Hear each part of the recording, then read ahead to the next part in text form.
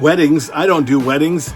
I don't do weddings. You know why? Bridezillas. Hi, this is Bill. This is Creative License, and thanks again for checking in on my show. And thanks if you've been nice to my sponsors: Electro Voice, DJ Event Planner, Disc Jockey News, Perfect Portals, Promo Only, and of course my workshop, The Entertainment Experience. So yeah. Bridezillas. Of course you wouldn't want to do weddings because every bride's a bridezilla, right? No. Look, I've been doing weddings 40 years. 40 years. And I've never had a bridezilla. If they were as prevalent as people say, I probably would have lots of bridezilla stories. But I don't. Why do you think that is? And where do you think bridezilla comes from?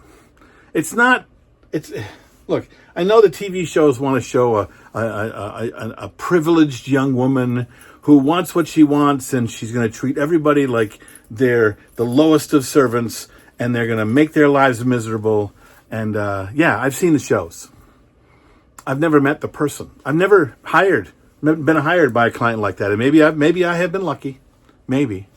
But what I think bridezillas are is that they're clients that don't trust the process.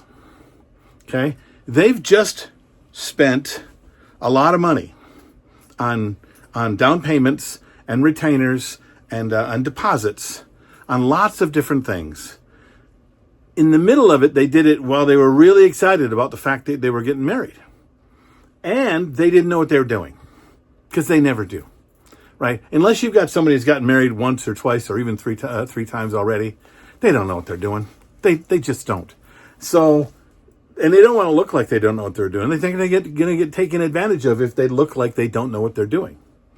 And then once they spend all this money, if they're going to do, let's say, a $10,000 wedding, and they've put $5,000 down already before anybody that they've hired has done anything, with a contract that says you got to pay the rest of it when the wedding shows up. In fact, many of us, we want that money at least a month before. And that's $10,000 is a small amount of money. But let's just, you can extrapolate that into $30,000 or $50,000 or $1 million, whatever that is that they're spending. Take about half of that money, and they've spent it, and they don't know what they're doing. And then they go to a wedding, and they see all the things in a different light. And they see the services that they're not sure they like very much. They see the stress that the bride went through. They listened to their friends who had a wedding and said, oh my God, the DJ was terrible. He didn't do this. He didn't do that. He didn't do this. He didn't do that. Well, what did you do ahead of time to be sure that this person trusted you? Did you know before you took that contract that you had a mutual trust? Because if you have that, you're going to have less of it. It doesn't mean you won't have any, because it does show up. It does show up for me.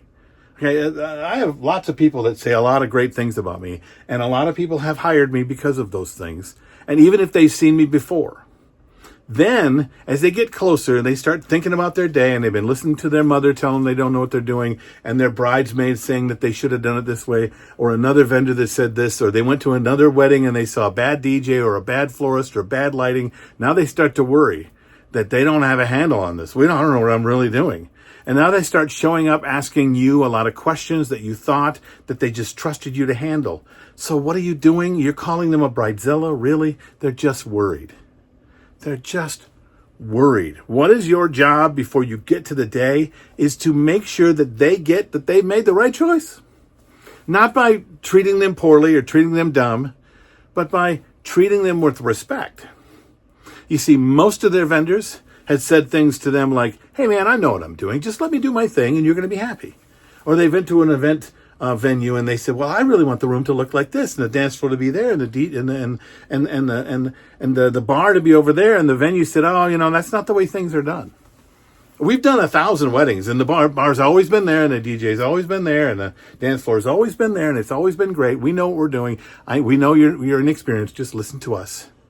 What does she hear? She hears judgment, that she doesn't know what she's doing, and she should just listen. She hears it from her friends. She hears it from her mother. She hears it from anybody that she tells that she's getting married, because everybody's got some advice, and all of that advice to a young person that doesn't know what they're doing, or even an old person that doesn't know what they're doing, sounds like judgment. Sounds like no matter what you do, you're going to screw this up. So here's a bunch of ways to be sure that you micromanage the thing, to be sure that the person who shows up doesn't screw up. Okay, got that. So you sit with your client again, and you talk about what they want, and you make sure that they understand that you see their vision, and you're going to do everything you can to make sure their day is good. And then all of a sudden, instead of you saying to them, I know better than you, you're saying, I get it. I understand. Let me say what I can do. If we change it and make it this way, it'll be this. If we change it and make it this way, it'll be that. You can have either one you want. Which one do you want? Which one's going to work for you? Now you're the only vendor that's not treated them like an idiot. You are the only person in their life when it comes to their wedding that doesn't treat them with judgment. When their mother's doing it to them and you're not, how valuable are you? There are no bridezillas. There are nervous people. Remember, you do this all the time. They've never done it. What do you think? Write down your notes below. Tell me what you think. If you like it, subscribe, share it. Please share. I'm Bill. This is Creative License, and I'll see you next week.